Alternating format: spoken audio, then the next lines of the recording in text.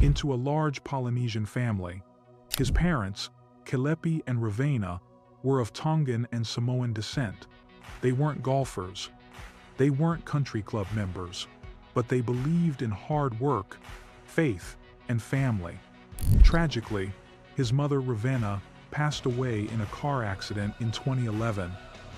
A loss that deeply shaped Tony and his family during his journey.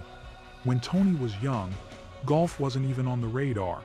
But Kelepi saw potential in the sport and decided to give his sons a chance. The problem? They couldn't afford memberships, lessons, or private coaches, so he improvised. In their garage, he built a makeshift practice bay with old mattresses for nets, cut-down clubs, and a patch of turf. That garage was where Tony first learned the fundamentals, hitting thousands of balls with his brother Gipper. But it wasn't the only place he trained. As he grew, Tony also practiced and played at local courses around Salt Lake City, testing his skills in real competition. And against all odds, the system worked. At 16, Tony stunned Utah golf by winning the 2006 Utah State Amateur Championship.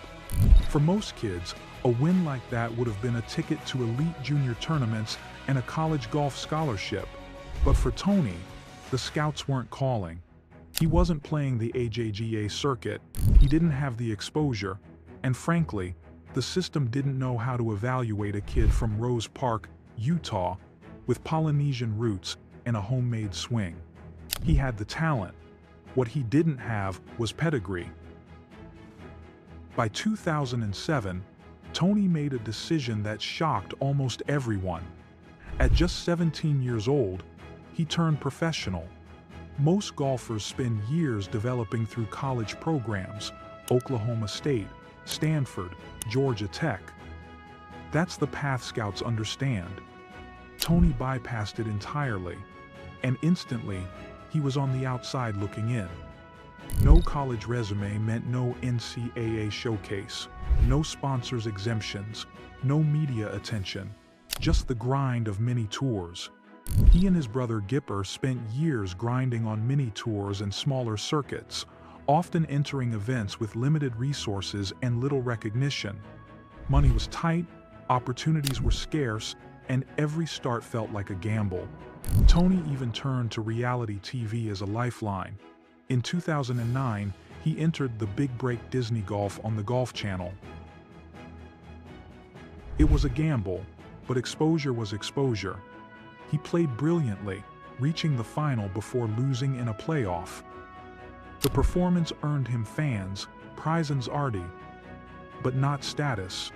It took nearly 6 years of obscurity before he finally broke through. In 2013, he played on the PGA Tour Canada, and the following year, he won the Stonebrae Classic on the Web.com Tour.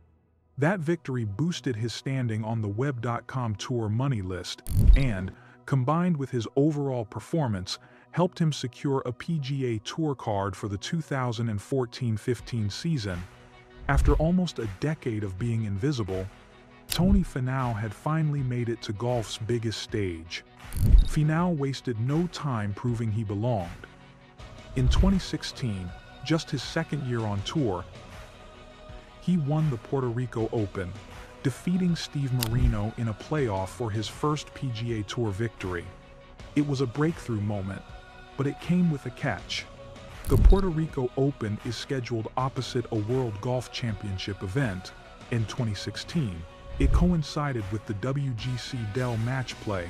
So many of the world's top-ranked players are competing elsewhere, leaving the Puerto Rico field generally weaker than a regular tour event.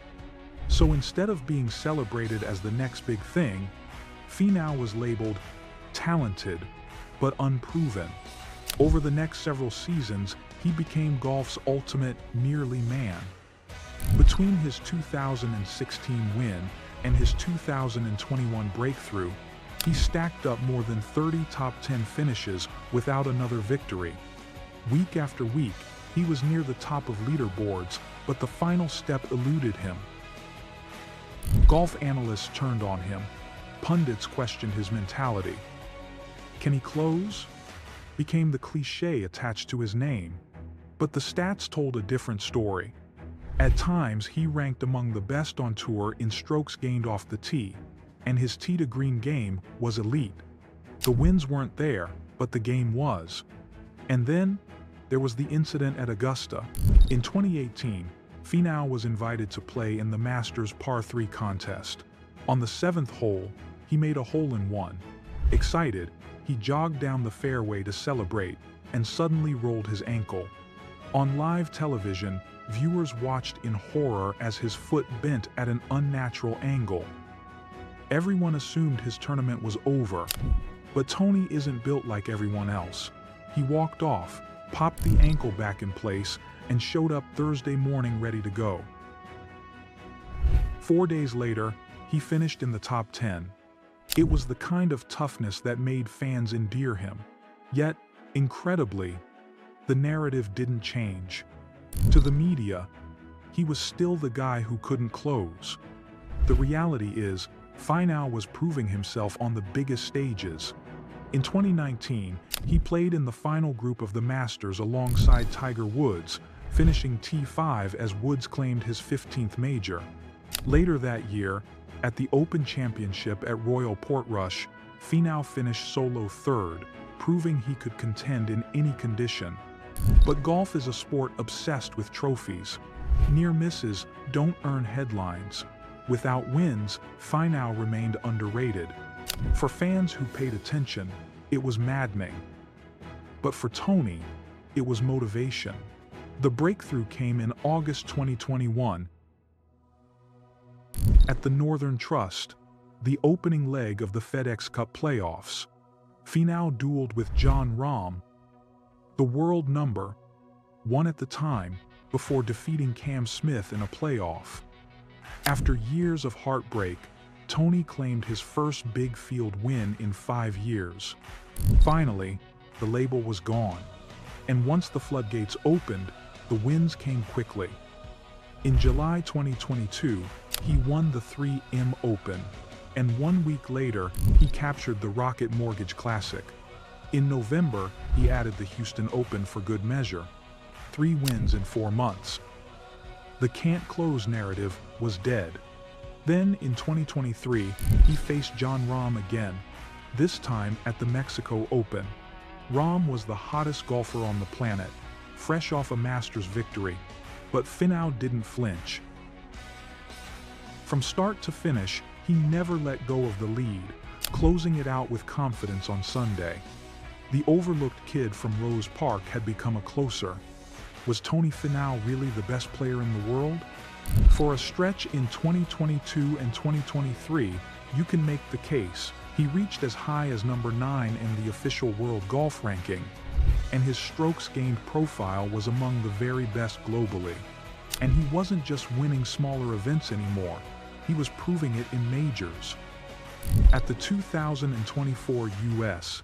Open at Pinehurst, Finau finished tied for third, another reminder that his story isn't finished, and that his peak might still be ahead of him. What makes Finau truly different, though, is more than his golf swing. It's his identity. He is the face of Polynesian golf, the first PGA Tour winner of Tongan and Samoan descent,